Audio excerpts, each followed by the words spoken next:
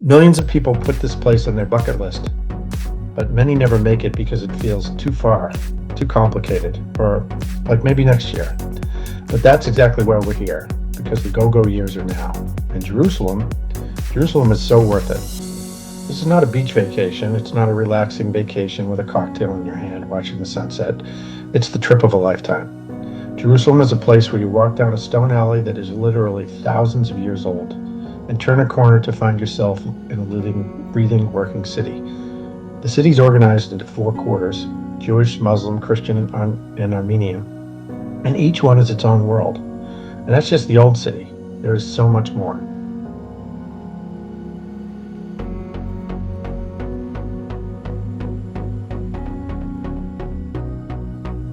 Hi, I'm Greg Titus from FinStream. It is my pleasure to introduce our guest, a certified expert on the Holy Land, and a man who spends his life unlocking the Holy Land for travelers just like you. Dimitris Chermantas runs Dimitris Tours. We found him through Instagram. He's one of the most knowledgeable guides working in the Holy Land today. He is going to tell us all about the ins and outs of a visit to the Holy Land. And we're going to discuss what to see, the cost, whether the security concerns you've read about should actually keep you home or not. And with that, I'll turn it over to Dimitris. Go ahead.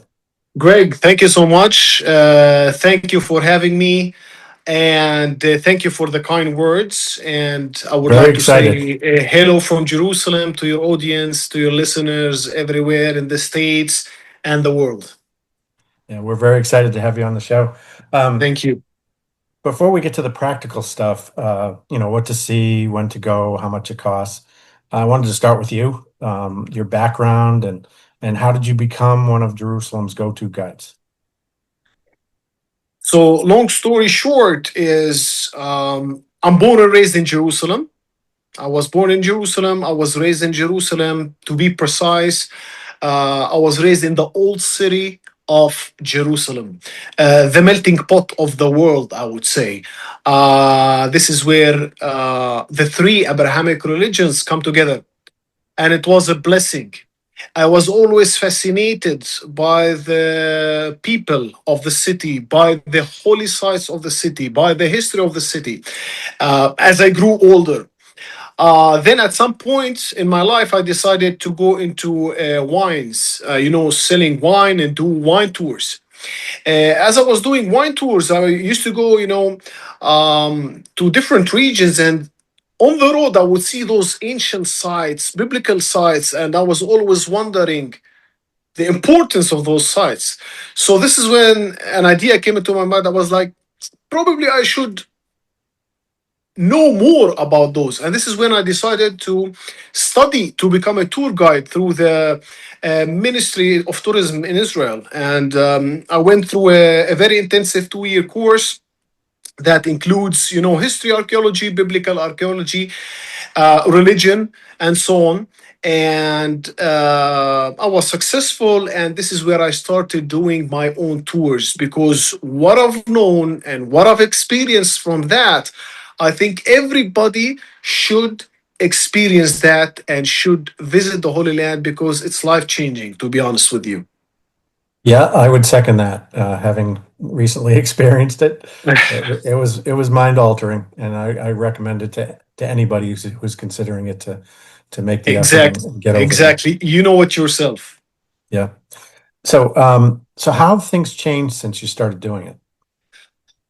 Things have changed a lot. First of all, I have lived so many experiences throughout me guiding people from different parts of the world. I have lived so many experiences with people that visited the country. I made so many friends. Now I have friends all around the world, and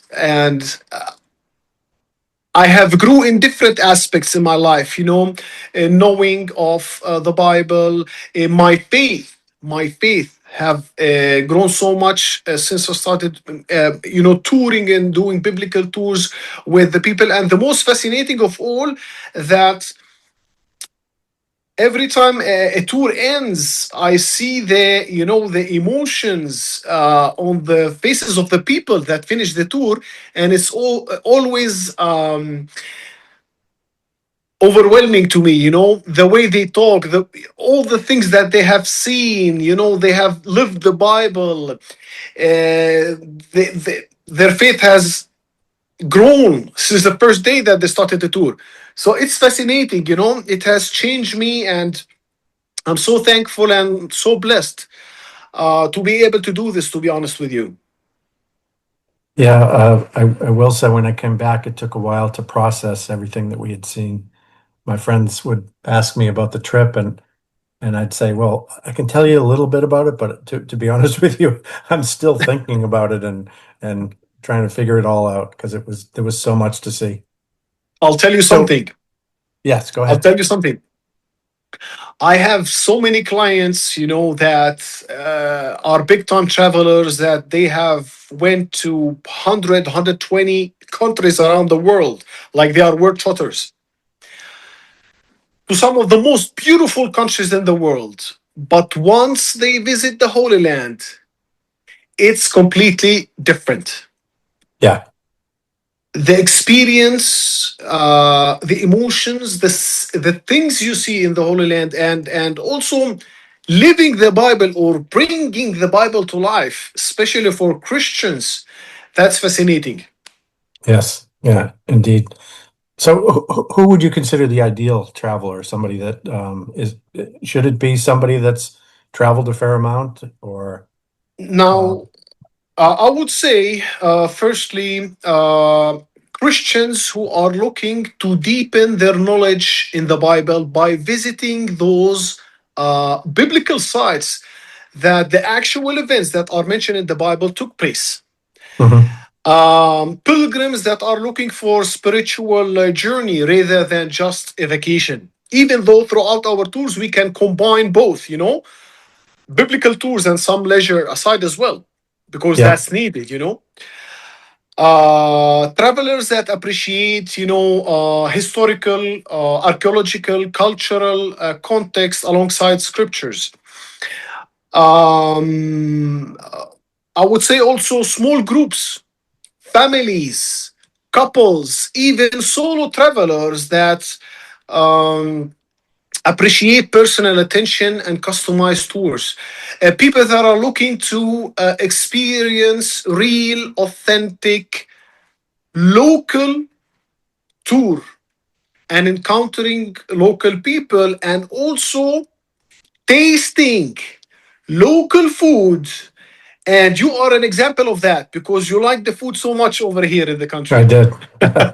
Yeah, the food was a So, major surprise. I did not expect it to be as incredibly good, delicious as it was. exactly. So, the food, the culinary tours, and all of that is part of completing the experience in Israel in the Holy Land.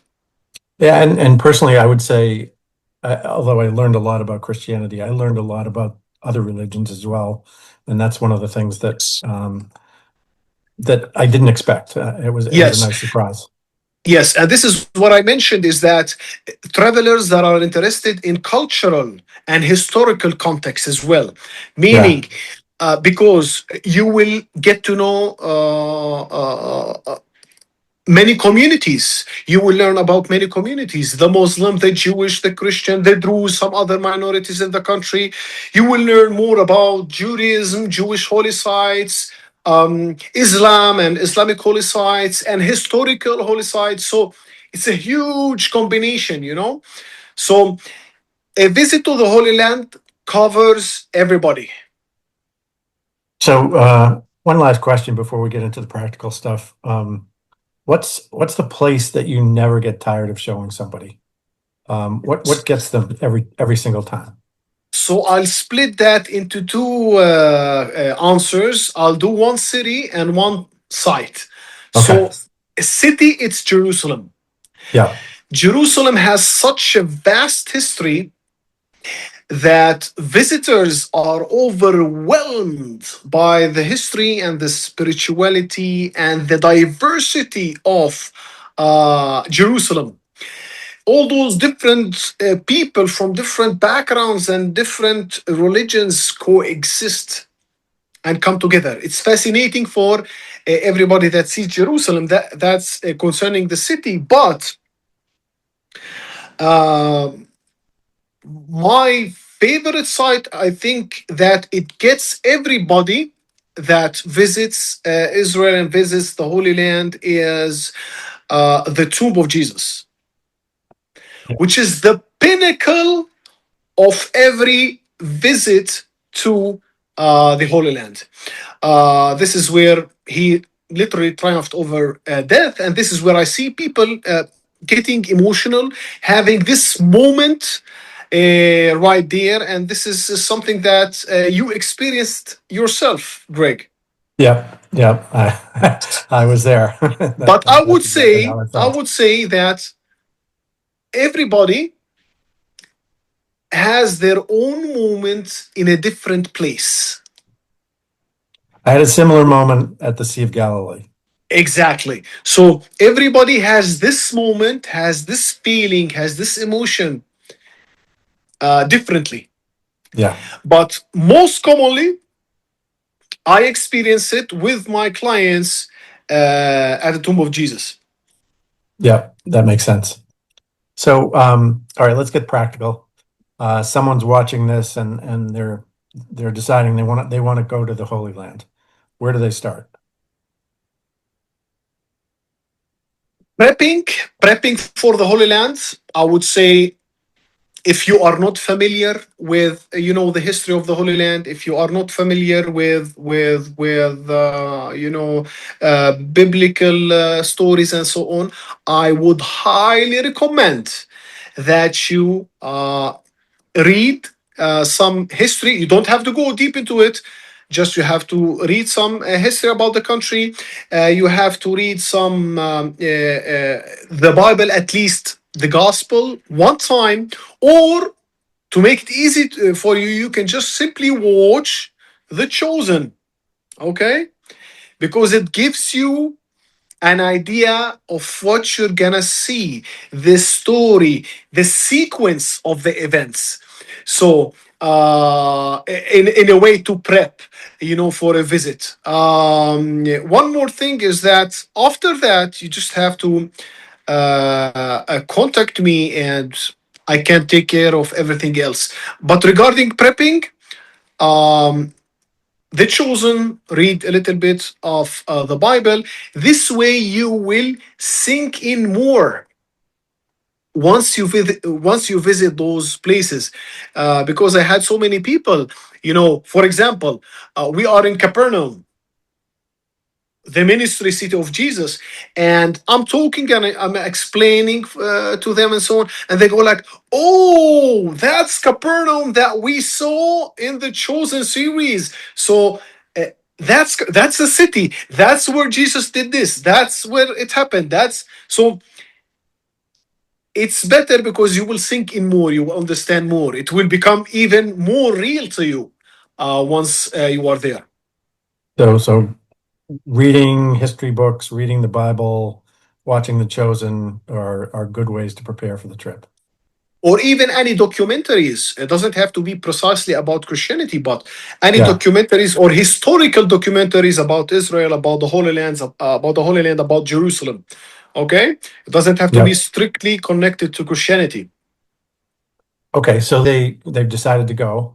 They've done their homework. What's the minimum that they should do? Maybe they're at FinStream, we're all about helping people manage their money. If they're on a low budget, what should they do? And maybe if they've got a bigger budget, what should they do? So, for your audience, for your clients that are mainly, most of them are in the States, I would highly suggest, because you travel so long from the States, it's a long flight from the States to Israel. I would suggest the minimum to be 5 days. Okay. That's the minimum. That can be extended up to 10 days, depending on the preference, depending on the time you have, depending on the budget you have, depending if you're a first time traveler again or a second time traveler. But the minimum is 5 days, and the ideal, I would say, is 7 days. 6 to 7 days would be enough to cover most of the country. And I know there are like group tours as well as more individualized tours. Um, could you give us a range of what a budget might look like for the different options? So And a on a group, per day basis, I guess.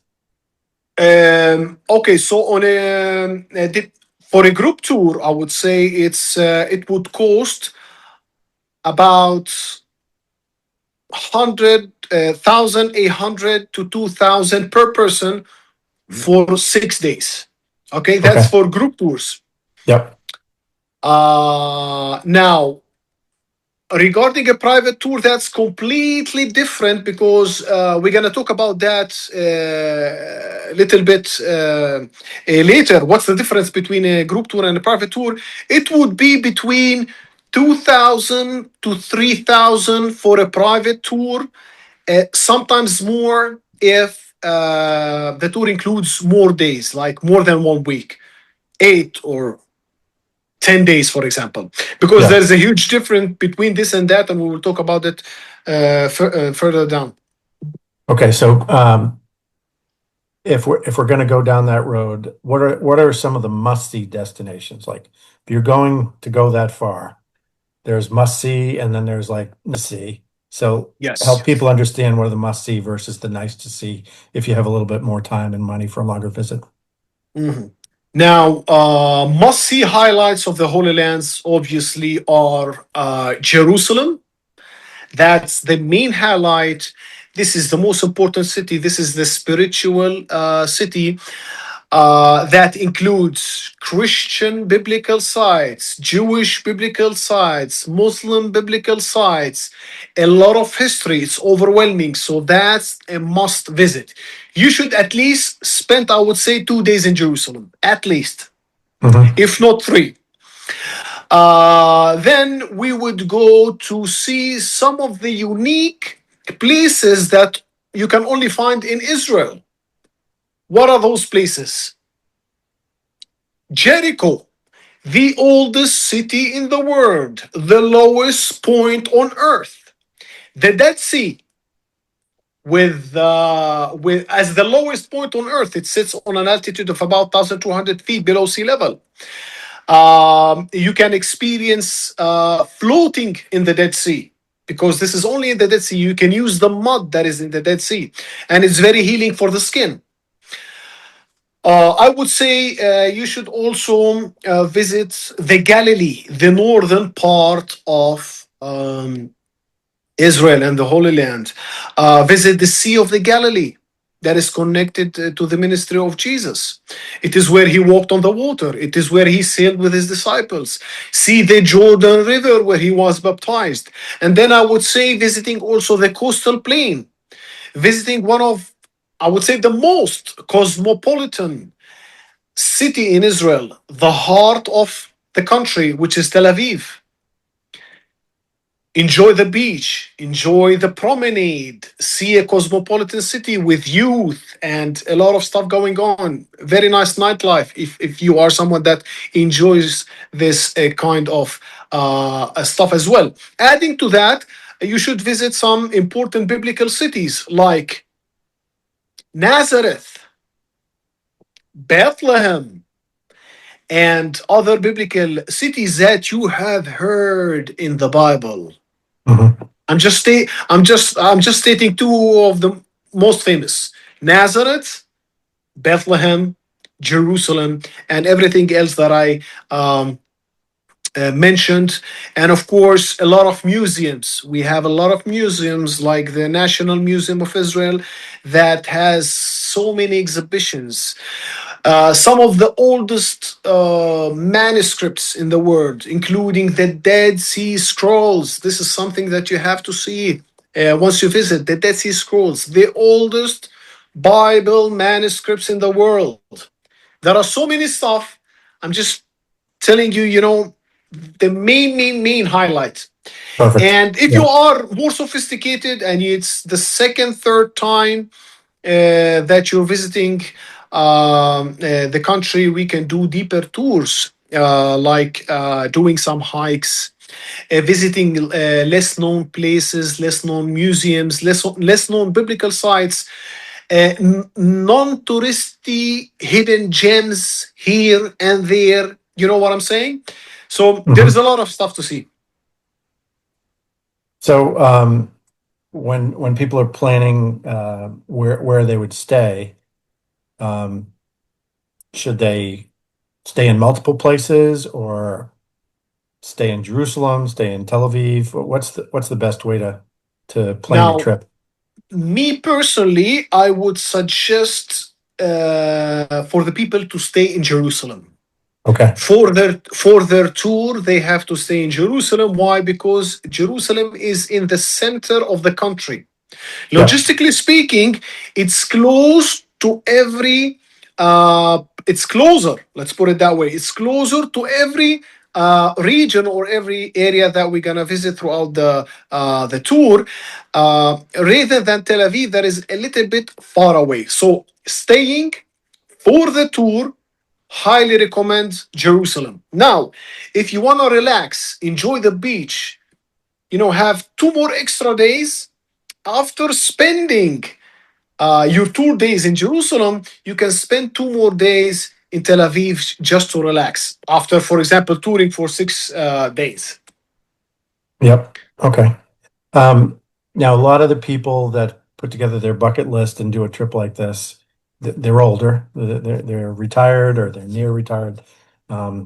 We call it the pre-go years or the go-go years of retirement when people do a lot of traveling. Some of them may have mobility issues because they're older. What happens if somebody's got mobility issues? Do you tailor the tour and you skip the Hezekiah's tunnel or some other things that might be more difficult for people to handle if they've got mobility issues? For the people that have mobility issues, we adjust the tour accordingly. Okay. So we try to make the tour as accommodating, as easy, as smooth as possible. 70%, I would say, of the sites around the country are accessible to Okay. people with mobility issues, which is very good. Yeah. Now, we may have some challenges, for example, in the old city of Jerusalem, but we have also the solution because we can bring those golf carts that go up down the stairs in the old city of Jerusalem for people that have mobility issues or cannot walk for a long period of time. Oh, good. Okay. Some other sites are completely inaccessible and it's almost impossible to experience, like Hezekiah's tunnel, for example. Yeah. That's one site in 100 sites that is impossible because it's an ancient tunnel. There is no way. It's pretty difficult to happen. But the good news is that 80% of the country is accessible for people with mobility issues. So that's very good, and we accommodate that, and we take care of that as well. That's good to know. What about best time of year to visit? Are there certain times that people should avoid, maybe around certain holidays or um, the weather? Anything else that people should be aware of related to timing their trip? So I would say if you like hot weather, I highly recommend. You don't mind hot weather, I highly recommend visiting from June to August. Hmm. Less crowd, less tourism, but it's hot. So if you enjoy hot weather, you can do it this way. Now, ideally, I would say great weather is from March to mid May, late May. Okay. And then again, if you like a little bit cooler weather, I would say it starts from mid September to late December. if you like, cooler weathers. But in this period, there are more people, more tourists, more crowds. Mhm. Um, that's ideally. So March to late May, and then from mid September to late December. Okay. All right. I wanted to circle back on group versus private tour. Um, Mhm. I've done both in different places, and one of the things that jumped out for me was with a private tour, sometimes you can skirt the line, you can get into places that maybe not everybody gets to go see. What are some of the other advantages of a private tour versus a group tour? Yes, this is something important to talk about because I started my career doing big, large groups, and I started seeing how big, large groups happen, how they operate, and this is where I decided to start my own private tours because what I used to see is that large groups are rushed, always rushed from side to side. You don't visit as many places as you visit in a private tour because logistically speaking, it's impossible to do that. There are a big number of people within a group, 30 to 40 people. Some people are fast walkers, some people are slow walkers. The guide usually is so overwhelmed that he simply says a couple of words in each and every sites and then he moves on. Also something that is important to mention, that in group tours they take you to a very touristy restaurants because you cannot feed 40 people group in a small local falafel hummus shop, for example. So how they would accommodate 30 to 40 people group by bringing them into those big industrial restaurants, just to eat and then Yeah, move that's a on. very good point. Yeah, yeah, that Yeah, would be very just to different. move on. So through our private tours, we take you to the places that we go to as locals. You eat our food, you experience our experiences. This is very important. So what is the difference with the private tour? One more thing to add as well is that crowds, when it's high season, a group could wait up to 2 hours at some of the big holy sites Yeah, in Bethlehem, in Jerusalem. Now, what is the difference with a private tour? We are more flexible, we are more personal, we visit way more sites per day. We visit sites that large group never reach, and they cannot reach those sites logistically speaking. Why? Because they are in a bus. Meanwhile, we are in an SUV that sometimes we can take roads that buses cannot go in. And we yeah, can visit sites that it's impossible for a group to go. And some of the best sites are those ones. yeah, Also, it's personal. We experience local food. We are more flexible throughout the day. Meaning, in a group tour, everybody has to eat at one lunchtime, for example. Meanwhile, in a private tour, my clients can tell me, "Hey, Dimitris, want to have something to eat? Want to have a snack? Want to have lunch?" yeah, yeah, We can make it happen at any time. So everything is more flexible, everything is more personal, everything is smoother, more enjoyable, more personal. We get to know our clients, we speak to our clients, and you are example, Greg. yeah, We after the tour, we've spoken before the tour, we've spoken in the tour, and we got to know each other, and I know you personally now, and I have become your friend. We're yeah, speaking again, we're doing this podcast, so it's completely different, to be yeah, yeah, honest. yeah. All right, I'm going to talk about the elephant in the room now. Yes. So when we told a lot of our friends and relatives that we were going, people were like, "Is it safe?" So I will say that I never felt unsafe the entire time we were there, but what do you tell clients when they ask you if it's safe? I would answer and say yes. At some point, the past 2 years, we had some escalations, some political instability in Israel and in the surrounding region in the Middle East. And yes, that affected us. But we have moved on. And I want to say that the country is safe to tour and travel. And as you mentioned, you have experienced that yourself. You have felt completely safe. And I'll tell you something, I have clients telling me, literally, I would tell you that we were walking in Bethlehem and they told me,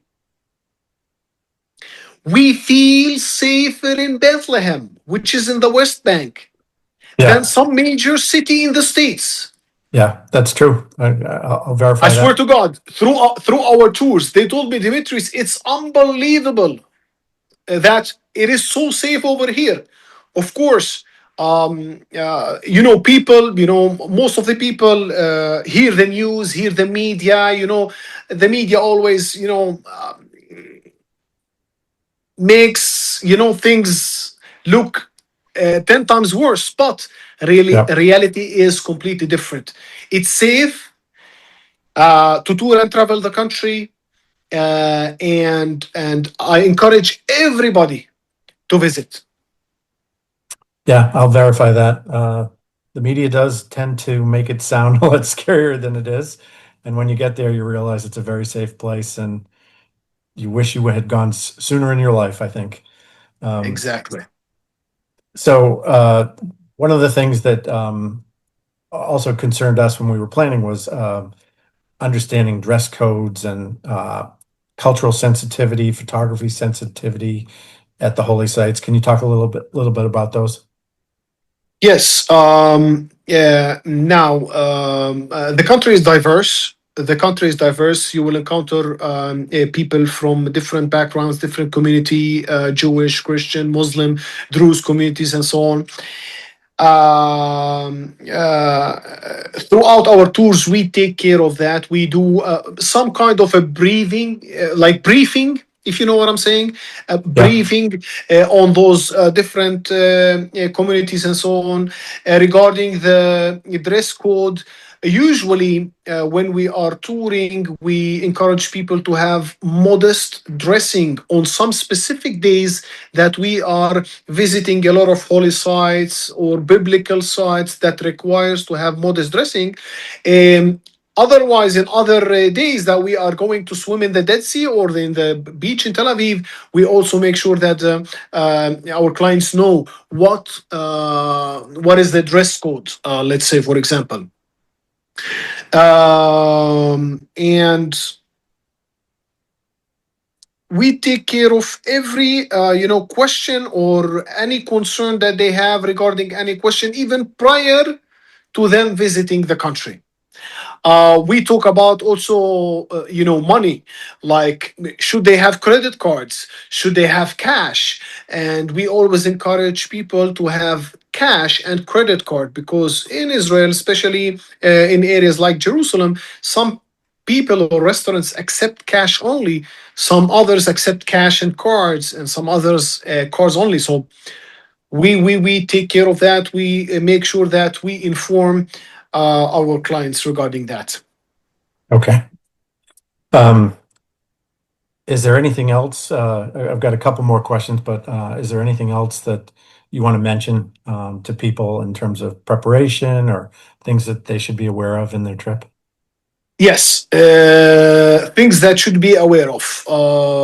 Again, diversity. You will meet a lot of people. You will encounter a lot of people from different backgrounds, and everybody has their own traditions, customs, beliefs, and so on. Weather, again, in some days, some regions could be very hot. So we always suggest to our clients to bring sunscreens, hats, good walking shoes. It depends where we are. So sometimes it could be very hot, like in the areas like the Dead Sea, the Sea of the Galilee, maybe some tours in the desert, in the Judean desert, and so on and so on.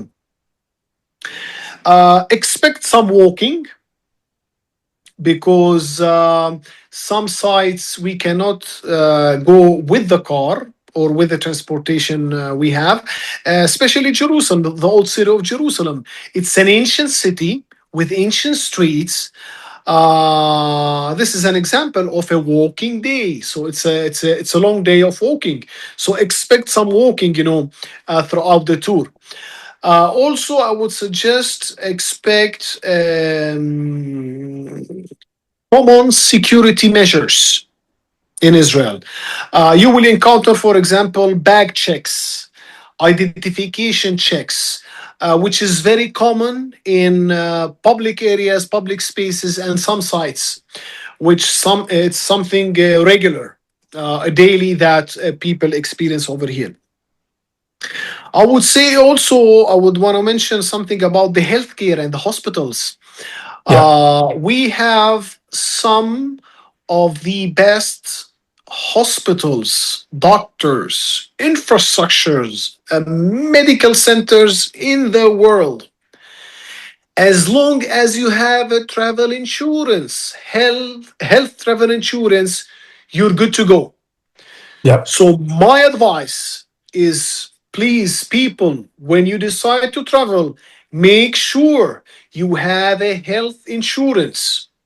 God forbid something happens, you will be taken care of, especially over here in the country, because literally we have some of the best hospitals and doctors worldwide. And I would say something, I would add something because of the many heat waves that we've been having this summer, especially in European capitals like Paris and so on. And people are literally melting in their rooms, they are dying in the streets. You don't have to worry about that in Israel because it's a country that is used to hot weather. We have very good infrastructures. The hotels are very well air conditioned, museums, public spaces, you name it. Everything is taken care of because it's a hot country all around most of the year, I would say. So we are used to that. Even the transportation, the vehicles that we have are all have AC, so don't have to worry about that. And when you are out, you just have to hydrate and drink a lot of water, and that's it. Yeah, I'll do a shout out to the Inbal Hotel here. That was a Yes, fabulous place to stay. I highly recommend it. yes, Um, it's in a very good location as well. yeah.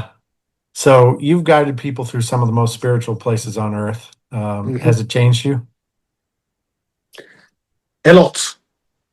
To be honest with you, a lot because of the experiences that I have lived with my clients. I've got to know so many people. Again, so many people became friends with me. You are one example. So many people are still in contact with me. We talk regularly. Uh, I'm rich, I would say, because of the so many experiences and the many people that I met throughout my career. With different knowledge, with different background, with different professions, with it had made me rich, to be honest with you. The experience of all of that, and um, the relationship between people. I think people from different backgrounds can be friends, Yes. can live together, can create friendships, and can do a lot of stuff. And literally, this is something that I have experienced throughout my career. So tell me a story about a traveler or something that happened on a tour that you've never forgotten. Um, I had a client with her husband that they could not conceive. They could not make babies. They have tried, a lot of medical methods to try to achieve that. And when they visited the Holy Land, this was the purpose, to make a pilgrimage, to live the experience, and to ask God, help us, Yeah. And after, I would say, 10 years, the woman became pregnant 6 months after the pilgrimage to the Holy Land. Wow. And what do I mean by a pilgrimage? Pilgrimage is completely different from vacation. Vacation, you go at the beach, you drink your cocktail and so on. But pilgrimage is a visit to the Holy Land for spiritual purpose. And she became pregnant. Wow. Now, if this is not a miracle, what is a miracle after 10 years? You know what I'm Yeah. saying? Yeah. Yeah. Oh, that's great. So if you have one piece of advice for somebody on the fence about making this trip, what would you tell them? I would tell them, come visit now, because soon big crowds will start coming again.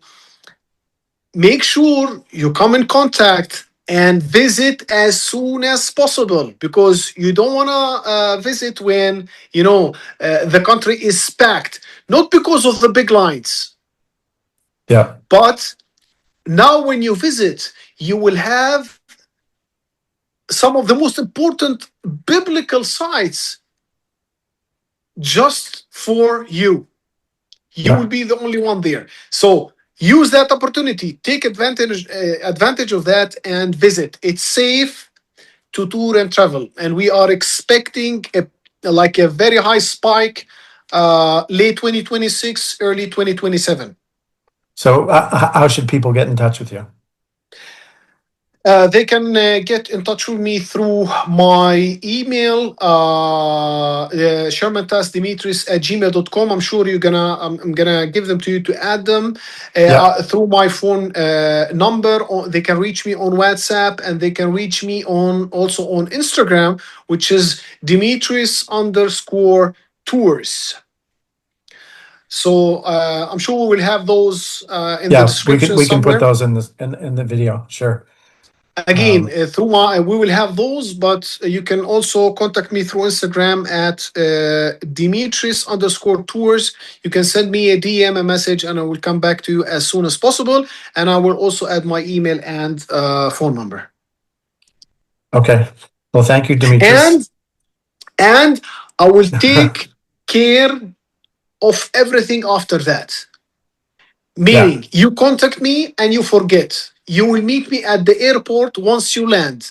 And this is what happened with you, Greg. Yep. Yep. I'll verify that. That was great. Well, thank you for sharing your knowledge and wisdom with our viewers. Thank you so much, Greg, for having me. Yeah. For It was a FinStream pleasure. TV, I'm Greg Titus. If you enjoyed this show, please like it, subscribe to our channel and our free newsletter, and share it with your friends. And if you have suggestions for future shows, please put them in the comments. The go-go years are now. Thank you for watching. Thank you so much.